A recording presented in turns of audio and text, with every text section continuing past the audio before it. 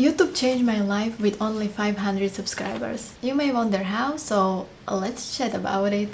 As a kid, I used to make home videos, or better said, my dad did those of me and my sister doing different kind of performances. And yeah, truly wish I still had those to show you, but they got lost forever once our old laptop died.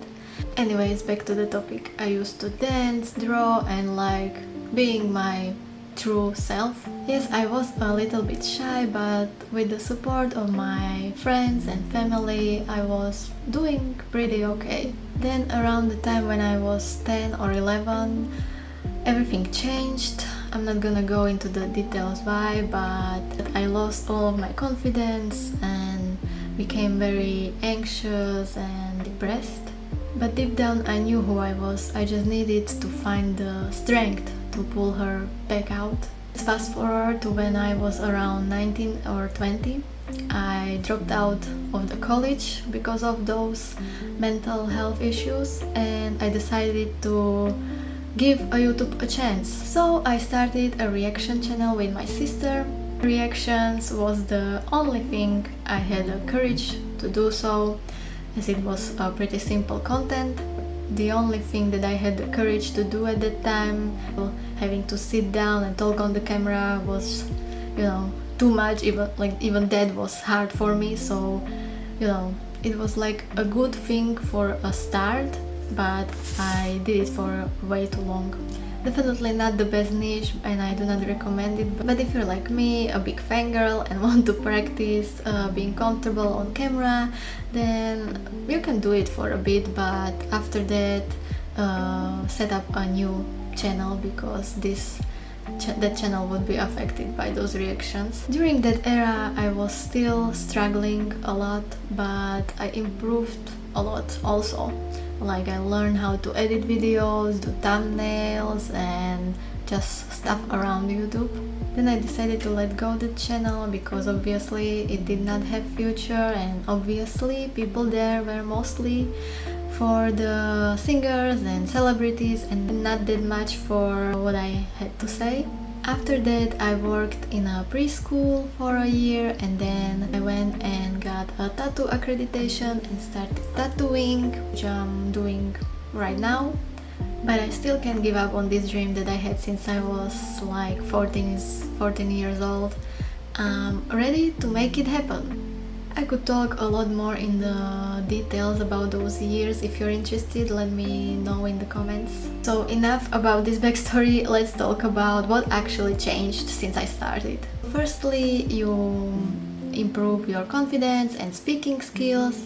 Obviously, the more you practice, the better you get, the more comfortable you get. Maybe even better your skills at speaking your second language, like I am right now, speaking in English. Secondly, you improve and gain new skills, for example, editing, social media marketing, time management, and even graphic design in a way, because of making YouTube thumbnails.